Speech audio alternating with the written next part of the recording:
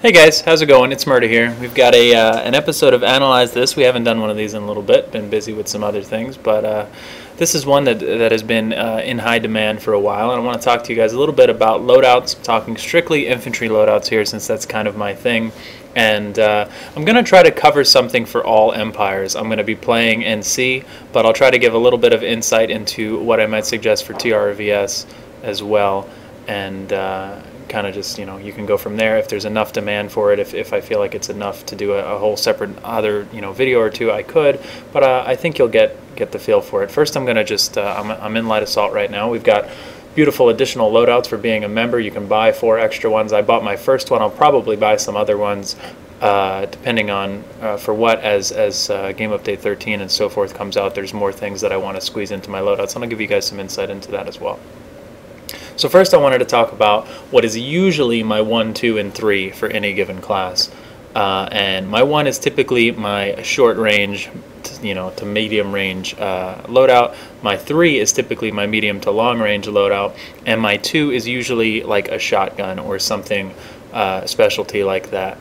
And in this case, for Light Assault, I'm going to show you, forget the weapons themselves for a second, but what my typical close range loadout looks like. And it's going to be a high rate of fire, good hip fire weapon like the GD7F, for instance, or an SMG, for instance.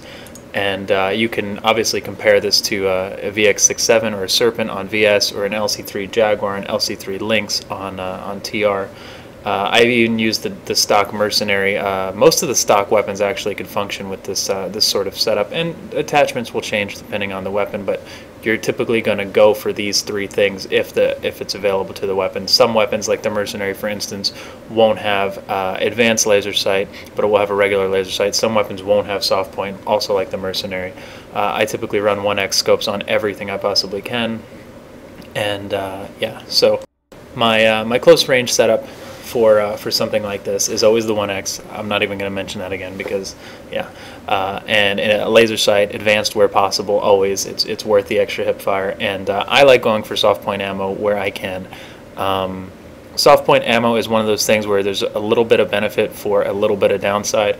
It basically, depending on the weapon, will take out the range at which you do maximum damage a little bit further. Say if your weapon does max damage out to 10 meters, it'll push it out to 6 meters further to 16 meters, and that may vary depending on the weapon and its max damage range. But that's basically the gist of it, so that for that much further, at still a relatively close range, you can still be doing your maximum damage rather than it falling off to a lesser damage amount. The downside of it is that bullets travel slightly slower. I believe it's still 5% slower across the board, although that may have changed. They made some changes a few game updates ago where now suppressors affect weapons differently percentage-wise, and I'm not sure if this got it or not. I wish we had the exact values on all of those things without having to meticulously test them ourselves. But more or less, it's a 5% reduction in bullet velocity as the downside, which is really pretty negligible. I was originally somebody who thought bullet velocity didn't matter at close range. I've come to realize that that's not the case, and that I actually I like bullet velocity a lot, which is why I usually don't use a suppressor in this barrel slot. But the 5% reduction for soft point, I don't think is worth not using it. And I, given the ranges that you use it at, I would still recommend using soft point in a typical setup like this. Real quickly, while I typically don't use a suppressor or flash suppressor, there are reasons why I would use them. Maybe not with a carbine, but if you're running Infil SMG or something like that. And I'll go over that real quick so we don't have to cover it again. Like I said, the reason why I don't use a suppressor, even with Infil SMG, which is a lot of people are like, why aren't you using a suppressor? The downside of it is much, much, much greater. You lose, for instance, on an SMG 20% bullet velocity instead of the 5% from soft point, and I believe you lose 40% bullet velocity on a carbine now. So it is a huge hit in bullet velocity, and even at 10, 15, 20 meters, people are dodging left and right, they're crouching, there's server delay, there's what have you, and you will notice yourself missing shots if you consistently play without a suppressor and then you consistently play with a suppressor, and bullets just not registering when you feel like they should. So that's something that you definitely need to consider when taking this into consideration as far as using a suppressor goes. Flash suppressor, on the other hand, is also not something that I use regularly, but there have been some situations where I do use it. I again believe that the downside's not that great. The downside of it being that there's a very small reduction in full auto accuracy, so you have to burst a little bit more. I did some tests on that. It's really, really, really minor. In most cases, it doesn't even make a difference, so it is kind of worth throwing the flash suppressor on there if you think it might help. But then again, much like the soft point ammo, the flash suppressor benefits aren't that great either. Now that they recently made muzzle flash noticeable out to the full render distance of infantry, it has some more uses, but it's still usually in very low light, like amorish or nighttime or things like that. I maybe throw a flash suppressor on my weapon. You know, it's kind of one of those situational things. My default loadout for these types of close quarters encounters is not to use a barrel attachment. So I know I kind of talked about that for a while, but that's pretty much how you'll see me run an SMG. I'll have the exact same stuff on it. How I'll run, you know, the GR22 or a close-up medic weapon, same stuff on it. So just to give you guys a feel for that. I always sidearm the commissioner. It doesn't have to be gold if you don't want it to be. And throw a laser sight on that. I think that's my preferred way to go. You can go underboss. Some people have success with the default pistols or the second gen default pistols. The third gen's coming out here probably in 2 days or so. So whatever. But I definitely recommend a laser sight, and I almost never aim down the sights on my pistol. I just, you know, fire it off, hip fire essentially with the laser sight. They are making some changes to suppressors in the next patch. I still wouldn't typically go for suppressors on pistols unless you want to be like super sneaky infill person, especially with Stalker Cloak coming out eventually, but I don't know. I wouldn't bother. Just throw a laser sight on it and be done with it, at least for how I play with it. It's usually to finish off wounded foes or you're reloading or what have you. So I'm not going to get too much into the rest of my loadouts, but a reason why you might want to start using 4, 5, 6, 7, 8, 9, 10, something I've been doing is throwing different items into it. Like for instance, my 4 is a copy of my 1 with the exception of C4 instead of medkits. And I have drifter jets in 1 and jump jets in 4. I might even extend that further to say this one's jump jets with C4 and this one's jump jets with, you know, like 7 for instance, which isn't used in this setup right now, is drifter jets with, or jump jets with medkits. You know what I'm saying? Like, I've made some really minor changes of maybe only one ability or utility item, and it's helped me utilize some of these extra loadouts. Now keep in mind, if you do buy a loadout for only 500 station cash in the depot, you get it for all of your classes, you get it for all of the characters on your account, so it's actually a pretty good deal. A lot of you might not think you need it, and that's fine, but it is still a pretty good deal. If you do have the membership, maybe you want to make use with some of these by, you know, maybe you throw a suppressor or a flash suppressor on a weapon so that you have that loadout without having to go through and change it, or like I said, one of the other ability or utility items. So anyway, I typically always run frag grenades and nanoweave unless I have a specific reason, again, to be running something else. But that's just, again, my preference, and I'm not going to get into like why you should use this grenade or this suit slot. Really, there's a lot of different reasons and situations, and that would be a much longer video. So I'm going to look next at the longer range, because it's basically the complete opposite. As you'll notice, everything down here on the bottom half is exactly the same, because that's typically what I roll with as my default. But the gun preference changes to the NS11C. It's one of my favorite guns for medium to long range for a carbine. You can also use the ACX11 quite effectively on NC. You can use the Pulse RC quite effectively on VS. With the same type of accessory setup over here. TR doesn't quite have a gun like either of those two that I just mentioned, and while you probably can make it work with some of them, I've always been using the NS11C on my TR for this type of loadout.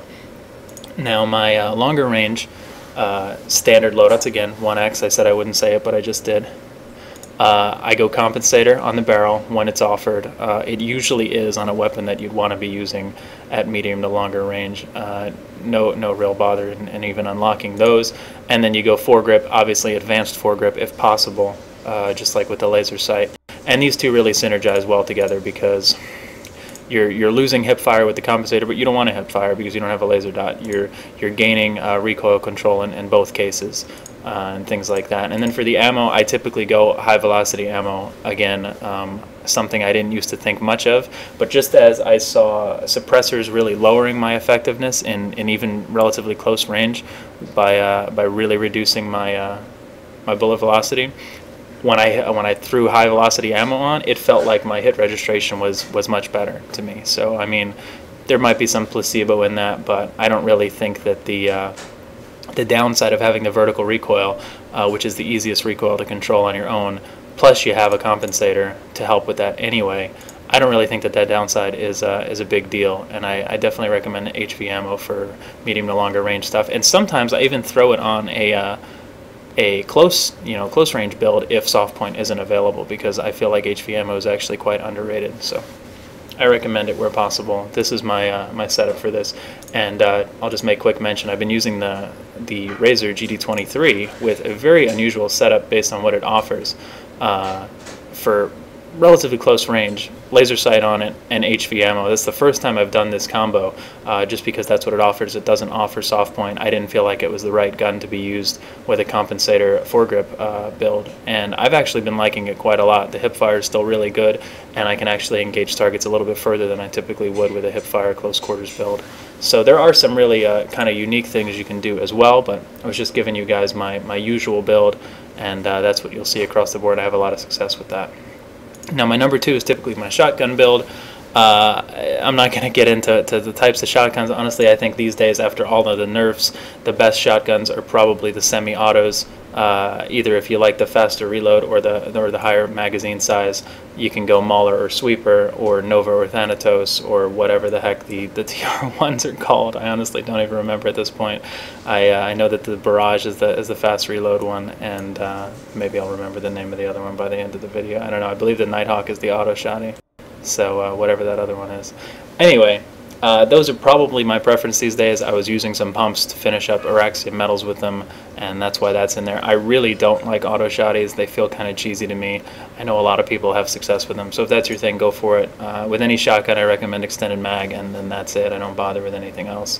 And as you can see, the bottom half of the loadout stays the same. So you're going to see that pretty consistently. Like I mentioned before, 4, 5, and 6 are the same loadouts with C4 and a different jump jet. That's just a recommendation I have for you guys if you're looking for more ways to make use of your loadouts rather than having to switch them out. And those suppressors, barrel attachments, especially for infill, are another good thing to make use of empty loadouts with.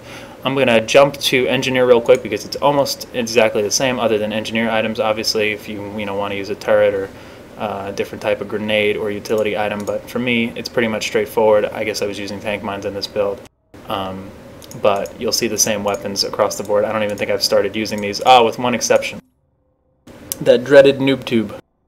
This is my number 4, which I've started to use in certain classes where I want like some sort of specialty item, and engineer, it's the underbarrel grenade. You can see I only have a silver medal with it, so I'm not that much of a jerk, but this is my noob tube build. And I pretty much only use it in very lucrative situations to like drop on the roof of a biolab or something and have some lulls for a minute or two. I don't use it that often, but the noob tube build, 1X is always the grenade launcher. I go HV ammo and compensator because I'm going to be engaging targets at a longer range anyway. So that's what I would recommend for that, but not something I use very often, just one of those extra things you can throw in here. I'm going to jump to Combat Medic because it's pretty simple, same basic stuff. You've got your res grenades. I pretty much always roll those as medic. I think they're great. You can go C4 here if you like. A lot of medics do because it seems like the wise choice. I'm such a medkit fiend that I go with medkits most of the time anyway. Or if I'm playing NC Matherson and my resources are terrible, as you can see, sometimes I don't even have a choice. Same basic setup. Otherwise, the GR22 is the close quarters NC type of equivalent to like a GD7F or what have you for a medic.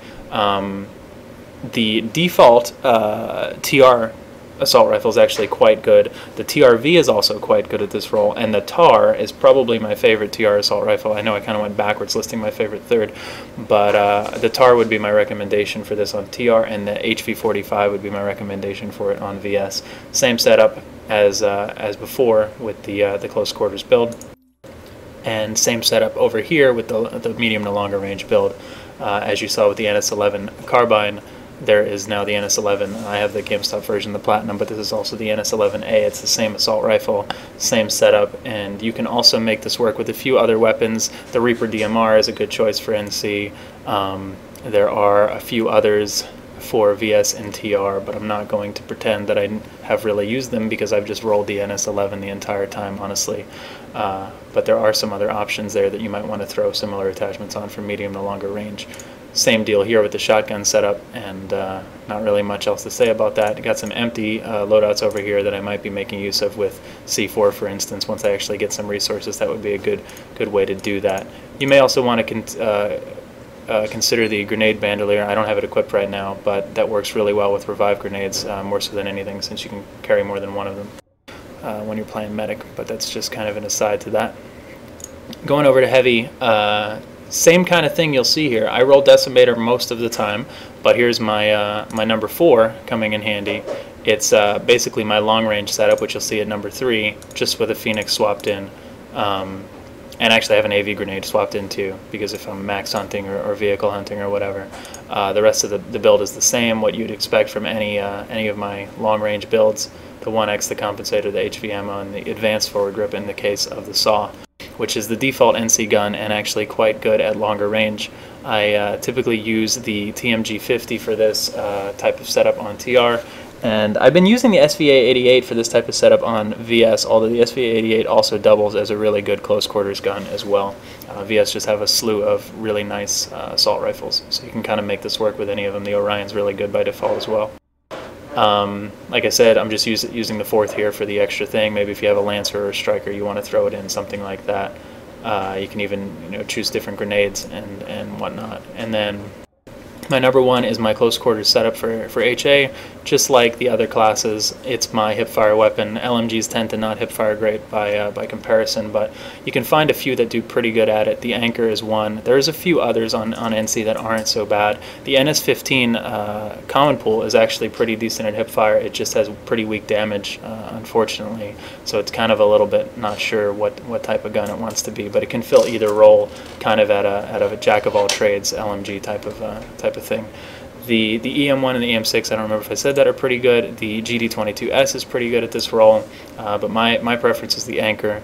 And again, same setup, 1X, advanced laser, soft point. You can roll this with the MSWR on TR really well, same build.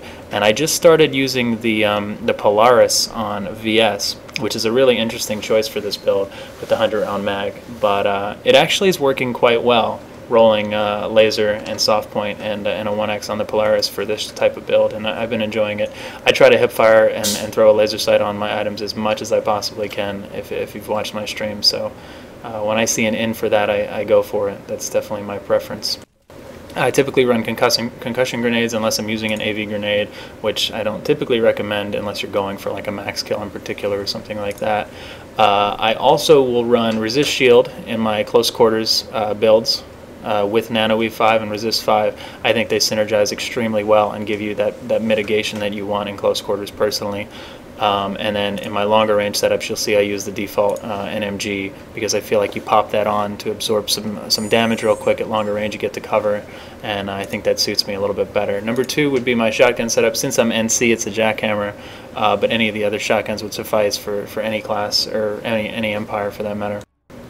I'm using Resist Shield Nano right now with the shotgun build, but Adrenaline Shield, especially pre-nerf, was a really good shotgun shield to use it with. That was kind of the only time that I did use it, and it's still alright, but Resist Nano is just kind of my preference most of the time, but I'll occasionally throw it on there if I'm in like a really good tower fight where I feel like it comes in handy. I'm going to go to Infill now, which is kind of way late in the video to go to Infill for how much I play this class.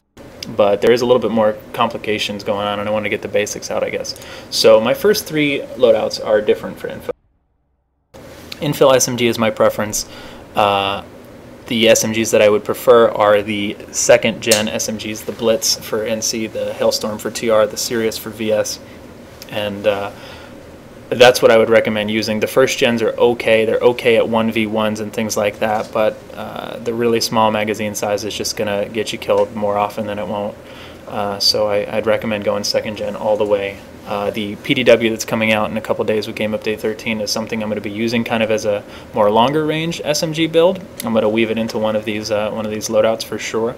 And I don't think it's going to compete with shotguns and close quarters weapons and second-gen SMGs in very close quarters, but I think it's going to be a really nice option in between an SMG and a scout rifle for infiltrators who still want to run an automatic weapon that has some range on it, especially some really far hip-fire range on it. So I do recommend kind of weaving that into a typical longer range build. I'll probably still run the close quarters accessories on it, although I've toyed with using extended mag and kind of using it as an ADS weapon as opposed to the laser sight, so we'll see how it plays out. Maybe have 2 loadouts for it.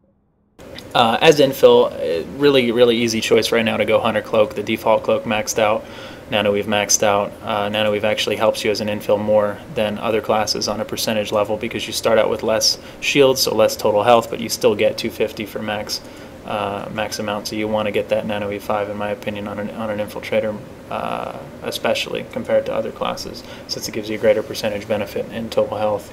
My other loadouts for 1, 2, 3 here are exactly what we were talking about before. It's the same loadout with a suppressor on my Blitz, for instance, for when I don't want to bother with that and I know I'm spawning in an area where I want to use a suppressor.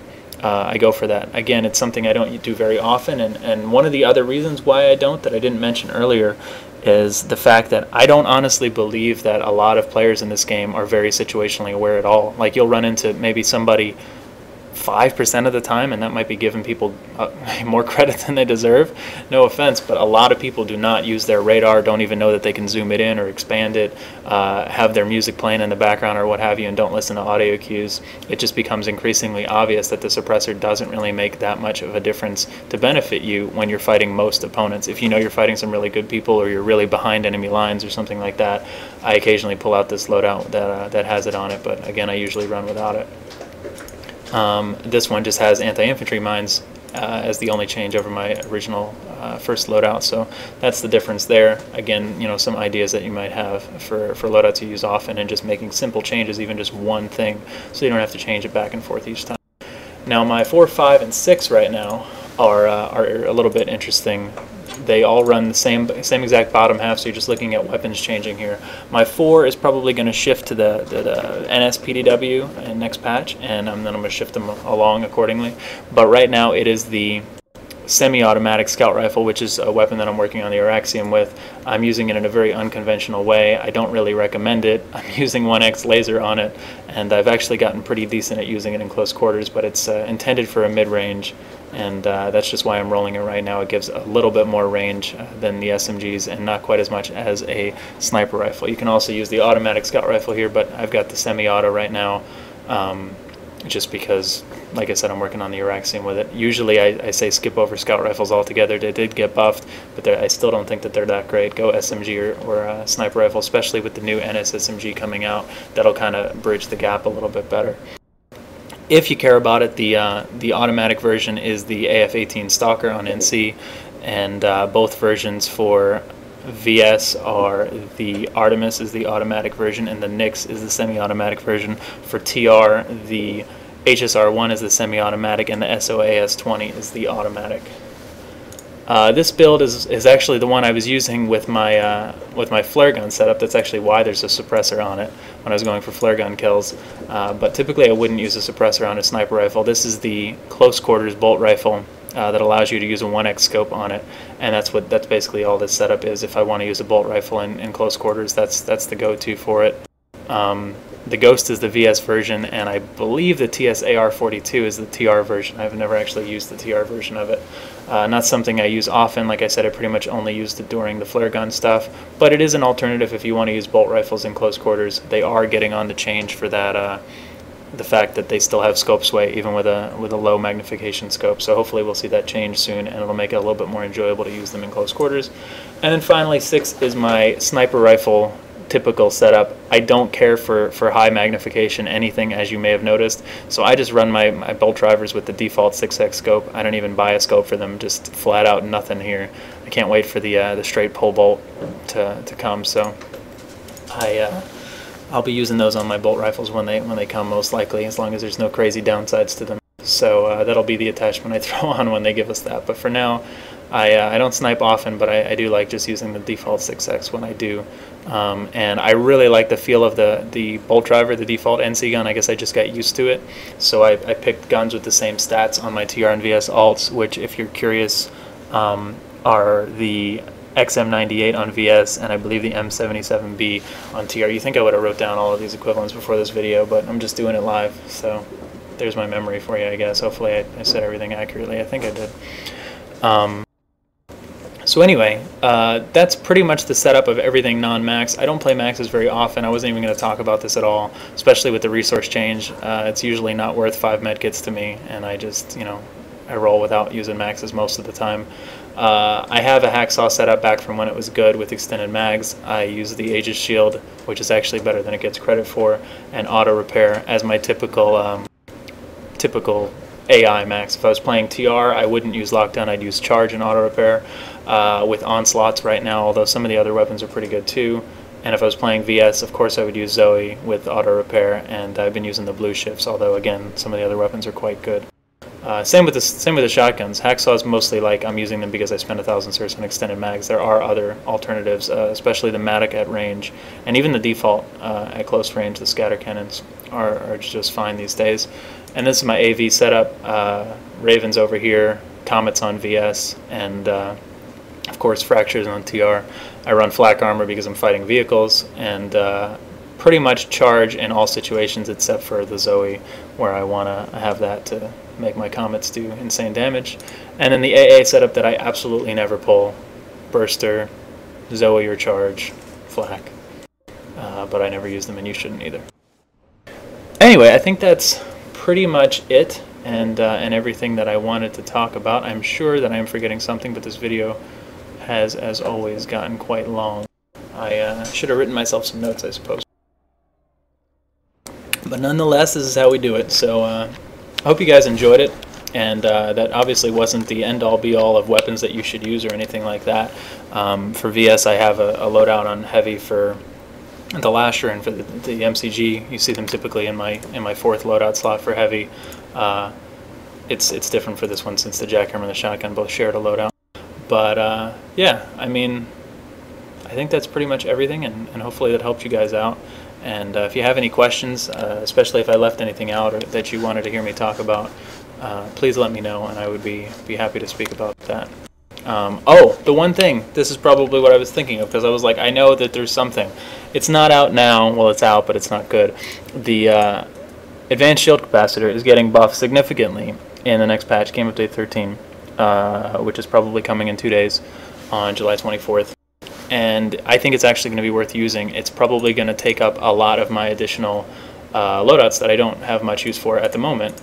And maybe even buy some more because of it. I really, really love Nanoweave, but being a aggressive player, I think that it's going to synergize very well with certain builds. Maybe not Infiltrator, because you still can't regen your shield during being stealth, but maybe with a resist shield build as a heavy, maybe with light assault, medic, or engineer, synergizing with your medic self-heal and things like that, that would be good too. Synergizing with medkits would be good too.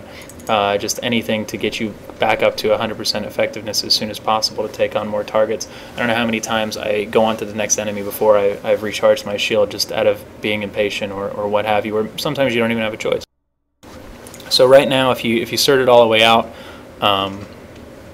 it's going to look a lot different and only give you 2.5 seconds off of your 10-second recharge on your shield, so it'll still take you 7.5 seconds of not being damaged for your shields to recharge. Next patch, it's going to be the same relatively inexpensive cost to upgrade it, as you can see, 200 for the max rank, and it's going to go to 4 seconds off at the max rank, which is going to make it only take 6 seconds. That extra 1.5 seconds is actually a pretty big deal in the heat of battle, and it's going to be something that I'm going to be weaving into a lot of different loadouts, and I thought it would be worth suggesting that now, that you guys might want to try it out as well. So now I think we're officially done with everything. Thanks for tuning in. As always, hopefully you guys enjoyed it, and if you have any questions, please ask. Be sure to check out the stream every day over at ItZMuRdA.com or twitch.tv/ItZMuRdA_TV. And I really appreciate all the support and the follows and the subscribes there and here on YouTube. And you can also check out the Twitter, the same handle as the YouTube handle at ItZMuRdA. And thank you guys so much. And I hope this helps somebody out. I will see you soon. Have a good one.